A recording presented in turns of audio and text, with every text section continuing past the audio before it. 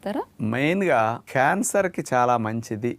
ప్రారంభ దశలోనే రకరకాల క్యాన్సర్ కణాలు కూడా తొలగించడానికి బాగా పనికొస్తున్నది. వాటిని నాశనం చేయడానికి, క్యాన్సర్ కణాలు మళ్ళీ పెరగకుండా స్ప్రెడ్ కాకుండా రక్షించడానికి వంకాయ ఉపయోగపడుతున్నదని సైంటిఫిక్ గా ఉన్నాయి అన్నమాట.